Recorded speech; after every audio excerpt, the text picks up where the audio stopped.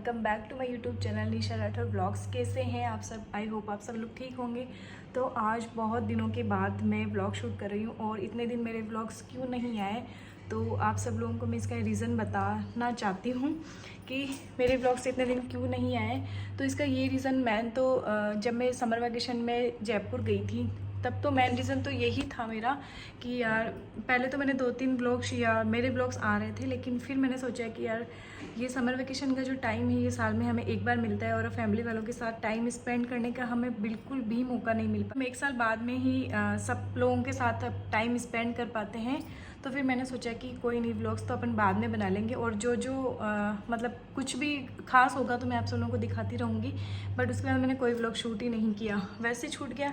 और उसके बाद में जब मैं यहाँ बीकानेर आई तो बीकानेर आने के बाद में ऊपर वाले घर का कंस्ट्रक्शन चल रहा था, तो आने वाले व्लॉग्स में उसका भी पता चल जाएगा आपको कि हमने क्या क्या ऊपर बनवाया है। तो वो चल रहा था, तो फिर मैंने सोचा कि पूरा कंस्ट्रक्शन हो जाएगा तभी दिखाऊंगी, क्योंकि इतना ज़्यादा आपको पता है कि कंस्ट्रक्शन में कितना ज़्यादा बिखेरा हो जाता है। तो वैसे शूट नहीं किया। और फिर उसके बाद में अगर आप जो मेरे पुराने सब्सक्राइबर हैं, और मैंने पहले वाले वीडियोज़ में भी बताया है कि मुझे गॉल ब्लैडर में स्टोन था, तो उस वजह से मुझे बहुत ज़्यादा दिक्कत रहने लगी थी। मेरी तबीयत भी ख़राब थी, तो तबीयत ख़राब रहती ना तो वैसे ही मन नहीं करता कुछ भी व्लॉग वगैरह शूट करने का। सो मैंने कोई व्लॉग शूट नहीं किया। और उसके बाद में हमने डॉक्टर को दिखाया, क्योंकि मैंने जब लास्ट टाइम 3-3.5 साल पहले की बात है, जब मुझे गॉल ब्लैडर में स्टोन था और वो 5 mm का था। तो फिर यही था कि होम्योपैथिक दवाई ले रहे हैं, तो होम्योपैथिक से सबने ये बोला कि होम्योपैथिक से मिट जाएगी, मतलब हट ही जाएगी, वो स्टोन जो है वो हट जाएगा। बट ठीक है, होम्योपैथिक दवाई ली तो उससे क्या, स्टोन का जो पेन होता था ना वो ख़त्म हो गया। तो फाइनली मुझे ये लगा कि चलो ठीक है, स्टोन हट गया, अब कोई प्रॉब्लम नहीं होगी मुझे।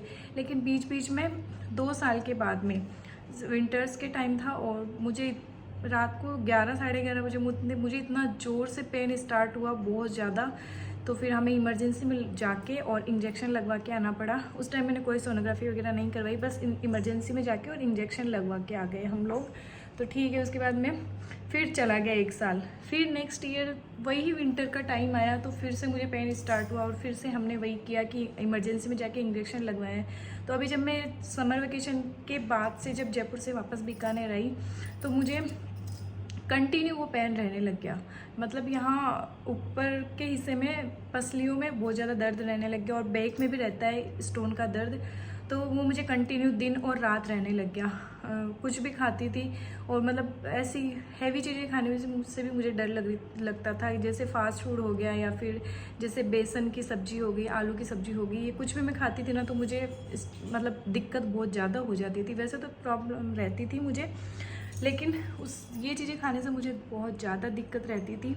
तो फिर हमने डॉक्टर को दिखाया, तो डॉक्टर ने बोला कि आप सोनोग्राफी करवा के आओ, तभी मैं बता सकता हूँ कि वैसे तो आपको स्टोन तो है, ये तो फाइनल है कि आपको स्टोन तो है, लेकिन आप सोनोग्राफी करवाओ, उससे क्या पता चल जाएगा कि आपका स्टोन बड़ा है या फिर उतना ही है, क्या है। तो सोनोग्राफी से पता चल जाएगा। तो हम उसी दिन सोनोग्राफी करवाने गए और सोनोग्राफी करवाई। तो जिन डॉक्टर ने मेरी सोनोग्राफी की थी उन्होंने बोला कि आपको स्टोन है ना, मल्टीपल स्टोन्स हो गए आपके। मैंने उनसे पूछा कि कितना बड़ा हो गया स्टोन, तो उन्होंने बोला कि और देरी कर लो, यही बोला कि और लेके बैठे रहो इसको।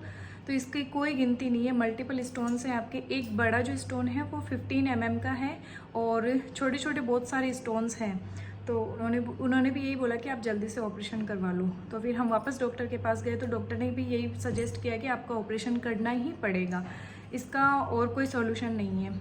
तो फिर हम घर पे आए। तो फिर ये तो था ही कि ऑपरेशन तो करवाना ही पड़ेगा, क्योंकि रोज़ रोज़ की दर्द से तो अच्छा है कि मैं एक ही बार में ऑपरेशन करवा के जो भी है जो सारा ठीक है। उसके बाद में हम घर पे आए और फिर सारे टेस्ट वगैरह हुए, हम हॉस्पिटल गए। और उसके बीच में मैंने कोई व्लॉग शूट नहीं किया, क्योंकि मेरा बिल्कुल भी मन नहीं किया कि व्लॉग वगैरह बनाऊं। और जब दर्द होता है ना, सच में फ़ोन उठाने का भी मन नहीं करता, मैंने फ़ोन भी नहीं उठाया।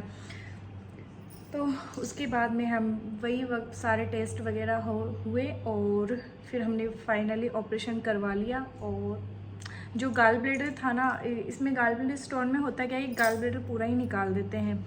तो अब आज मुझे ऑपरेशन करवाए हुए 21 डेज़ हो गए, 20 या 21 डेज़ हो गए। तो अब मैं एकदम ठीक हूँ। और यूट्यूब पे मुझे शायद 2-2.5 महीने हो गए, तब से मैंने व्लॉग नहीं बनाया।